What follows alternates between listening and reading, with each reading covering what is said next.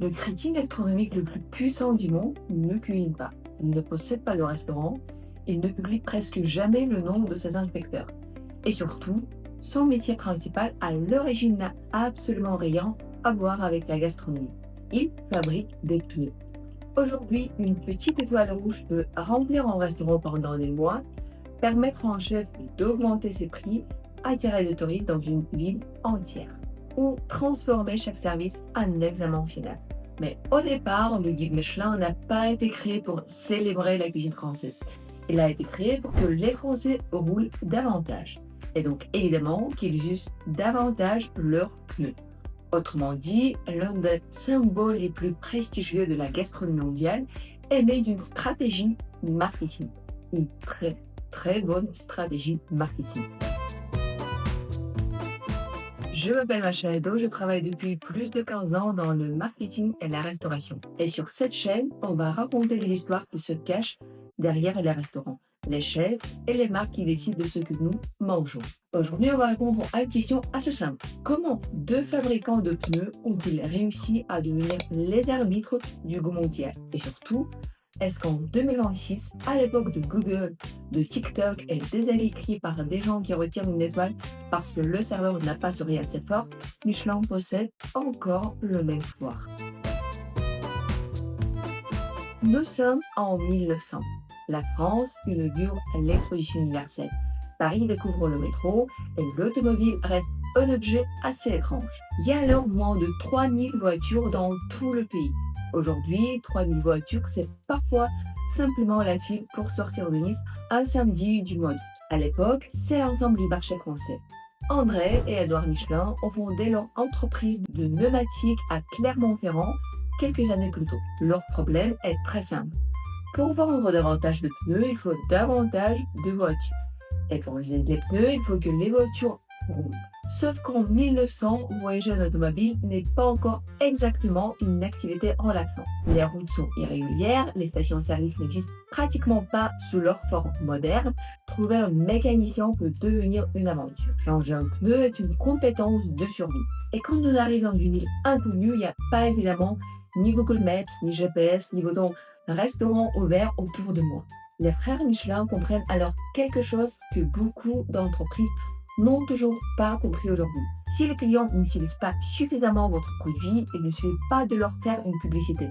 Il faut leur donner une raison de l'utiliser. En 1900, ils distribuent donc gratuitement 35 000 exemplaires d'un petit guide destiné aux automobilistes. On y trouve des cartes, des conseils pour réparer ou changer un pneu, des adresses des mécaniciens, des lieux pour trouver du carburant, des hôtels et des restaurants. Pas encore de chef star, pas encore de menu dégustation en 14 services, pas encore de serveur qui vous explique pendant 6 minutes que la carotte a été travaillée autour de sa mémoire. Le guide Michelin est d'abord un outil pratique. Mais derrière le service rendu, la mécanique commerciale est brillante. Plus le guide facilite le voyage, plus les automobilistes voyagent. Plus ils voyagent, plus les pneus s'usent.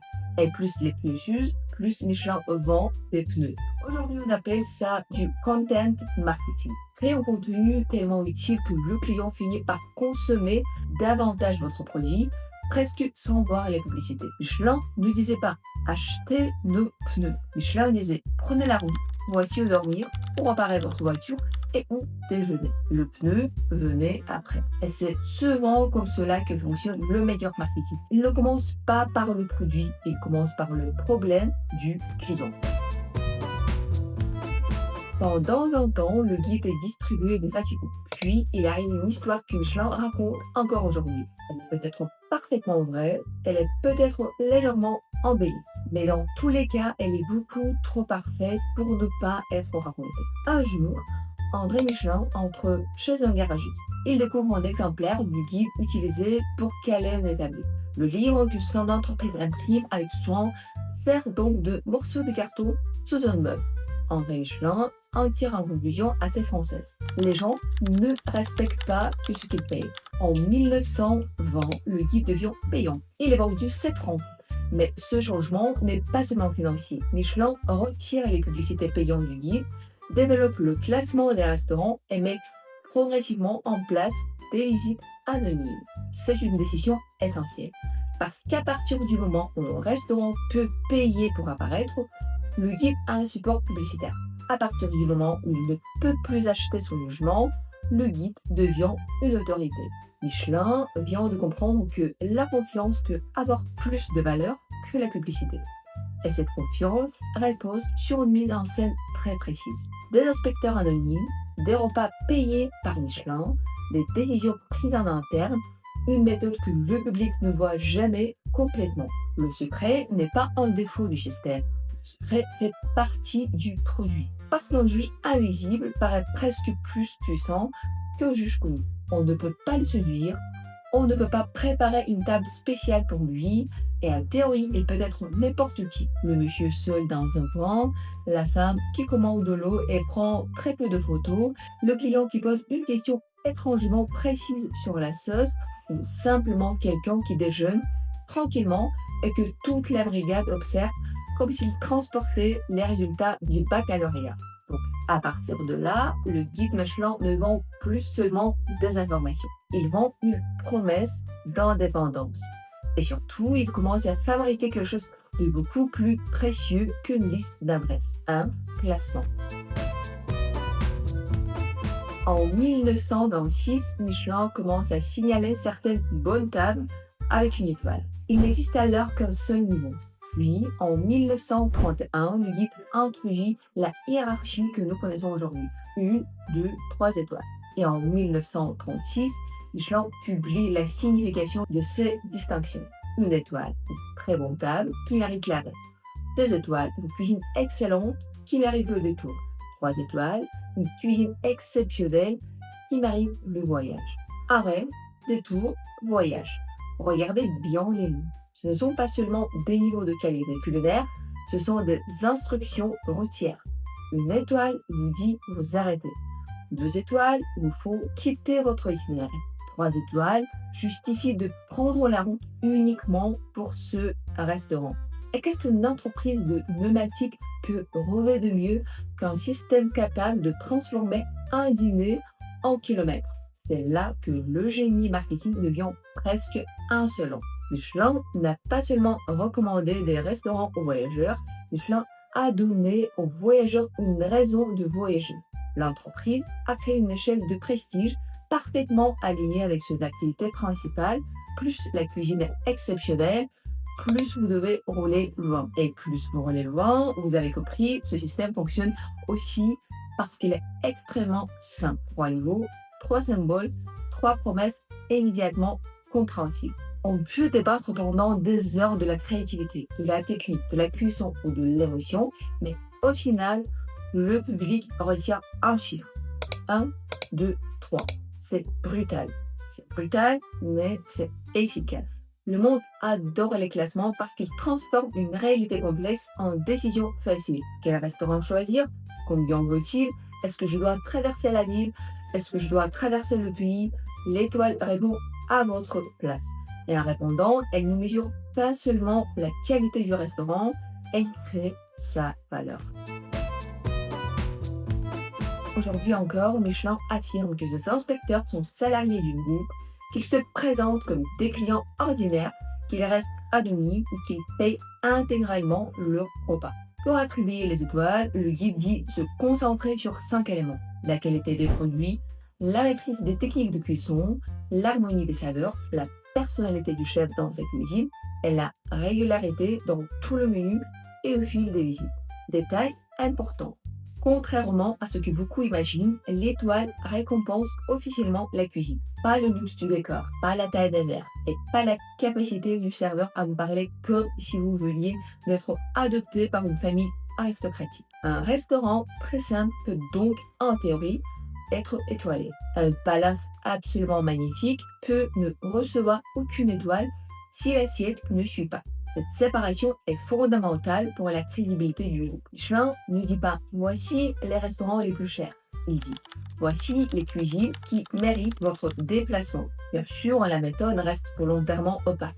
Nous connaissons les critères, mais pas la note exacte. Nous ne savons pas quel inspecteur est venu, nous ne savons pas toujours combien de visites ont réellement pesé dans la décision. Et nous ne recevons pas un joli tableau Excel avec Sauce 17 sur 20, dessert 14 sur du chef peut mieux faire. Cette opacité provoque énormément de critiques, mais elle crée également du prestige parce qu'une récompense totalement prévisible devient une certification. Une récompense rare, mystérieuse et difficile à obtenir devient un mythe. Michelin a construit son autorité sur un paradoxe. Pour que le public fasse confiance au jugement, il ne doit pas tout voir du processus. Aujourd'hui, toutes les marques parlent de transparence. Michelin lui vend du mystère depuis plus d'un siècle. Et cela fonctionne encore. Une étoile Michelin n'est pas seulement un complément, c'est un événement économique. Elle peut déclencher des réservations, attirer une clientèle internationale, donner au restaurant une visibilité qu'il n'aurait jamais pu acheter seul et permettre une hausse des prix. Des recherches économiques menées sur des restaurants français et britanniques passés par le niveau 3 étoiles montrent d'ailleurs que les étoiles supplémentaires sont associées à une augmentation du prix des menus. Mais une étoile modifie également les attentes. Avant l'étoile, le client réserve un dîner. Après l'étoile, il réserve une expérience. Il ne veut plus seulement bien manger, il veut comprendre pourquoi Michelin a décidé que ce repas méritait son argent, son temps et parfois un billet de train. Chaque détail devient alors une preuve. La température du pain, le temps d'attente, le pli de la serviette, le bruit de la salle, la façon dont on prononce bienvenue. Et si quelque chose ne fonctionne pas, la déception n'est plus proportionnelle au problème. Elle est proportionnelle au symbole. C'est le piège de toutes les récompenses prestigieuses. Elle attire davantage de clients, mais elle augmente aussi la promesse que l'entreprise doit tenir. Pour rester à ce niveau, le restaurant peut renforcer son équipe, multiplier les gestes, investir dans la vaisselle, les produits, la cave, le service et la précision. Le chiffre d'affaires peut monter, mais les coûts et la pression peuvent monter avec lui. L'étoile ouvre une porte. Elle peut aussi devenir une cage très élégante. En 2017, Sébastien Brun, la tête de Suquet à la Gueule, demande à sortir du guide Michelin malgré ses 3 étoiles. Il explique vouloir cuisiner plus librement et se libérer de la pression liée au maintien de la distinction. Michelin retire le restaurant de l'édition suivante. Mais l'épisode montre une chose importante. Une étoile n'est pas un trophée posé dans la cuisine et appartenant au chef. C'est un jugement publié par un guide extérieur. On peut renoncer à la course. On ne contrôle jamais complètement le regard du juge. En 2019, Marc Vera va encore plus loin. Après la perte d'une de ses 3 étoiles, il attaque Michelin en justice pour tenter d'obtenir davantage d'explications sur la décision. Au centre de la dispute, entre autres, une histoire devenue presque comique de soufflé et de cheddar supposément mal identifié. Oui, la haute gastronomie française peut parfois rassembler une crise diplomatique déclenchée par un fromage anglais. D'ailleurs, perd sur action, mais l'affaire révèle quelque chose d'important. Michelin n'est plus un simple guide que le chef utilise. C'est une institution avec laquelle ils négocient leur réputation, leur prix, leur carrière et parfois leur identité.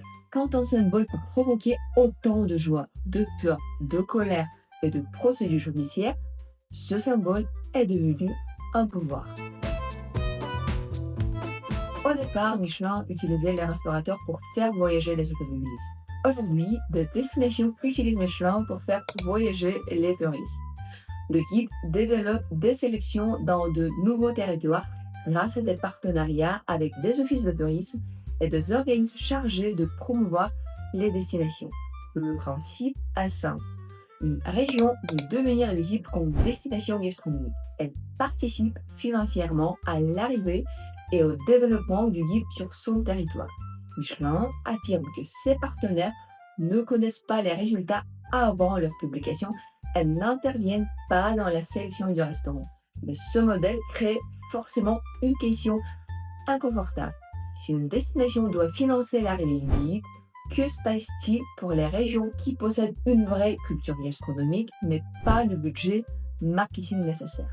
Le restaurant est peut-être jugé indépendamment, mais la carte sur laquelle Michelin décide de regarder n'est pas toujours indépendante de l'argent disponible. C'est une nuance essentielle et c'est aussi la preuve que le guide est redevenu ce qu'il était au tout début, un outil de marketing territorial. Sauf qu'en 1900, Michelin voulait vendre la route. Aujourd'hui, il peut vendre la destination. La marque s'étend également au-delà des restaurants, avec des distinctions pour les hôtels et une ambition plus large autour du voyage et de l'art de vivre. Finalement, Michelin n'a jamais vraiment quitté son idée de départ. Faire choisir un trajet, faire choisir une ville, faire choisir une expérience est resté au centre de la décision. On pourrait penser qu'avec Google, TripAdvisor, Instagram, TikTok et des millions d'avis disponibles gratuitement, un guide des 1900 aurait dû disparaître. Internet a créé un problème inattendu. Nous avons davantage d'informations et parfois beaucoup moins de certitudes. Sur Google, un restaurant gastronomique, une pizzeria de quartier ou kebab ouvert jusqu'à 3 heures du matin peuvent tout afficher 4,7 étoiles, ce qui est très démocratique et légèrement compliqué. Les avis en ligne répondent à la question: est-ce que beaucoup de clients ont aimé cet endroit? Michelin répond à une autre question: est-ce qu'un nouveau restaurant de professionnels considère que cette cuisine mérite votre déplacement? Google représente la foule. Michelin représente la sélection. Google accumule les opinions. Michelin organise la rareté. Et dans un monde où tout le monde note tout, la rareté d'un jugement peut devenir encore plus précieuse. Le guide ne gagnera jamais la bataille du volume et ne peut pas rivaliser avec des milliers d'avis publiés chaque nuit. Mais ce n'est pas son jeu. Son jeu, c'est la confiance concentrée. Une étoile visible immédiatement, une décision annuelle. Une cérémonie, des gagnants, des perdants, du suspense. Michelin a transformé l'évaluation d'un restaurant en événement culturel. C'est aussi pour cela que le guide reste puissant. Il ne fournit pas seulement une information, il produit une histoire. Chaque année, on raconte qui monte, qui descend, qui entre, qui sort. Les médias publient les résultats, les chefs réagissent, les villes célèbrent et les clients réservent. Et Michelin, lui, récupère l'attention, encore et encore. Alors, comment un fabricant de pneus a-t-il pris le pouvoir sur nos assiettes? En ne commençant pas par vendre des pneus, Michelin a d'abord rendu la route plus simple, puis il a rendu certaines étapes désirables. Ensuite, il a créé un symbole assez clair pour être compris par tout le monde, assez rare pour être convoité et assez mystérieux pour rester fascinant. Le guide a transformé une recommandation en classement. Le classement en prestige, le prestige en voyage et le voyage en kilomètres. C'est probablement l'un des plus beaux exemples de marketing de contenu de l'histoire. Pas parce que le contenu parlait du produit, mais précisément parce qu'il parlait de tout ce que le produit permettait de faire. Michelin ne vendait pas de caoutchouc, il vendait la possibilité de partir. Et plus d'un siècle plus tard, même si le guide doit composer avec des plateformes, les influenceurs, les critiques sur son opacité et les partenariats avec les destinations, son étoile reste l'un des symboles les plus puissants de la restauration mondiale. La vraie réussite de Michelin n'est donc pas d'avoir convaincu les gens qu'ils connaissent les bons restaurants, c'est d'avoir convaincu le monde entier qu'un fabricant de pneus avait le droit de décider ce qu'était un grand restaurant. Et franchement, il fallait oser. Si ce type d'histoire sur les coulisses de la restauration des marques et le marketing t'intéresse, abonne-toi. Dans les prochains épisodes, on parlera notamment de la façon dont Instagram a changé ce que nous mangeons, de l'empire Big Mama et de ce phénomène fascinant qui permet de vendre 2 œufs, une tranche d'avocat et un café 25 € simplement en appelant cela un brunch. C'était Macha Edo, à très vite.